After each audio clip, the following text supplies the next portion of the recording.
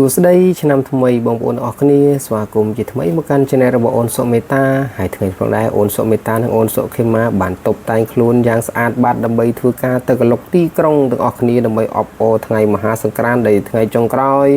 តោះកុំឲ្យខាតពេលយើងចូលទៅទស្សនាទាំងអស់គ្នាតែបងប្អូនសូមកុំភ្លេចចុច Subscribe Channel របស់អូនសុមេតាម្នាក់មួយផង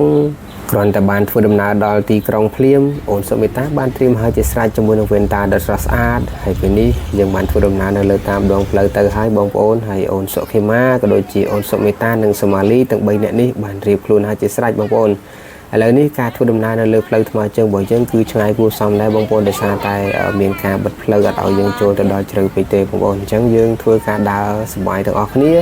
បាទទៅតាមផ្លូវណាបងប្អូនឥឡូវមើលអូនសុខេមាបាទមិនទាន់បានដល់ពាក់កណ្ដាលផ្លូវទេគឺសប្បាយចាក់ក្បាច់មុនហើយបងប្អូនដោយសារតែមកដល់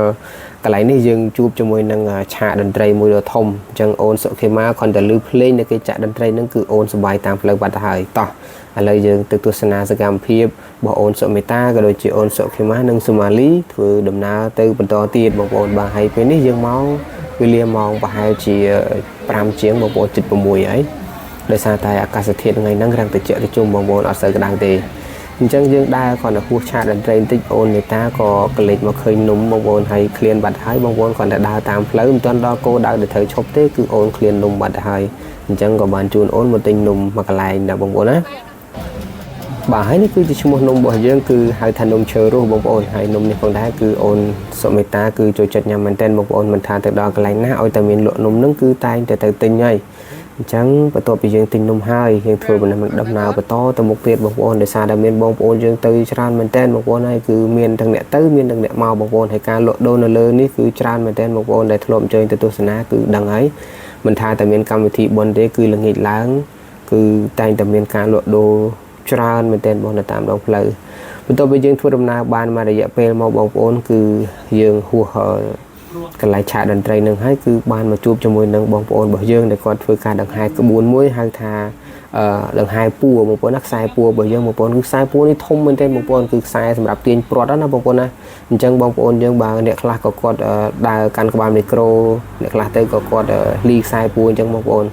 រហូតមកដល់យើងដើរមកដល់ឆាកតន្ត្រីទី2បងប្អូនឆាកនេះផងដែរគឺធំមែនទែនរបស់ភេសជ្ជៈកម្ពុជាបងប្អូនណាអញ្ចឹងតន្ត្រីគឺ2-3កន្លែងបងប្អូនថ្ងៃហ្នឹងហើយយើងដើរទៅនេះគឺជាឆាកទី2បន្ទាប់ពីយើងចេញពីកន្លែងតន្ត្រីឆាកទី2មកបាទគឺអូនសុខេមាសប្បាយទៀតហើយបងប្អូនឮតែគេចាក់បាសហ្នឹងសប្បាយបាត់ហើយពីអ្នកយាយណាបងប្អូនឥឡូវយើងមើលទៅបាទគឺកាច់រឹកកាច់រៀងសម្បំណាបងប្អូនបានដើរទៅដល់ទីក្រុងនិយាយពីធម្មមហាសប្បាយតែម្ដងបងប្អូនហើយយើងលើកកលេចមើលទាំងអស់គ្នាបាទគឺទស្សនភាពដែលបងប្អូនដើរទៅទស្សនាច្រើនមែនទែនបងប្អូនប៉ុន្តែគួរឲ្យសោកស្ដាយដែរដោយសារតែ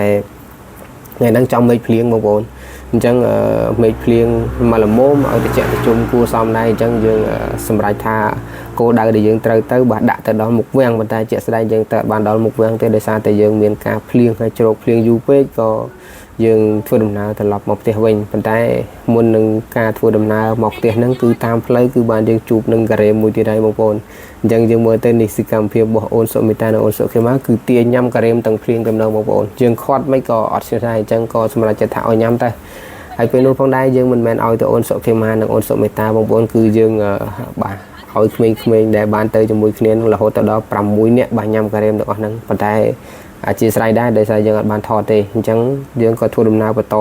មកតាមផ្លូវទៀតដើម្បីធ្វើដំណើរត្រឡប់ទៅផ្ទះវិញអញ្ចឹងវីដេអូនេះផងដែរបងប្អូនបាទគឺបន្ទាប់ពីយើង